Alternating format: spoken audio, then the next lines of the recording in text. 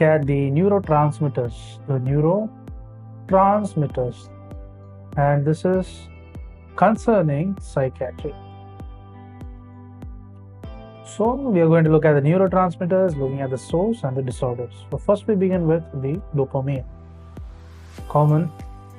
So dopamine, the source is the substantia nigra. Okay, and it is a disorder. So there is decrease and increase. So there is decrease in case of the Parkinson. In Parkinson's disease, there is decrease in the dopamine. Next, there is increase also. So it's increased in case of the mania. So in mania, the dopamine is increased, as well as in case of the delirium. Next, we are going to look at the acetylcholine. The acetylcholine. So the acetylcholine, the source is the nucleus bacillus. Okay, NB nucleus bacillus, and this is of Maynard. And this is a disorder of this decrease and increase. So here there is decrease. There is decrease in case of the delirium and the dementia. So delirium and dementia are decreased in case of the acetylcholine. So then there is also increase. There is increase, acetylcholine increase, and this is seen in case of Parkinson's disease.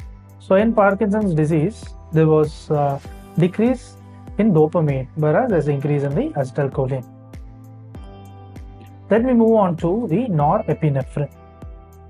So norepinephrine. So this is the source is the locus coeruleus. So there is locus coeruleus, and there is a decrease. It is decreased in case of the depression. Then comes there is serotonin. There is serotonin. So serotonin, the source is its midline Raphe nucleus. So it is the midline Raphe nucleus is the source. Then what is the disorder about? The disorder is there is a decrease in the depression. In depression, the serotonin is decreased. So this was about the neurotransmitters in the psychiatry. To learn and grow daily, please do subscribe.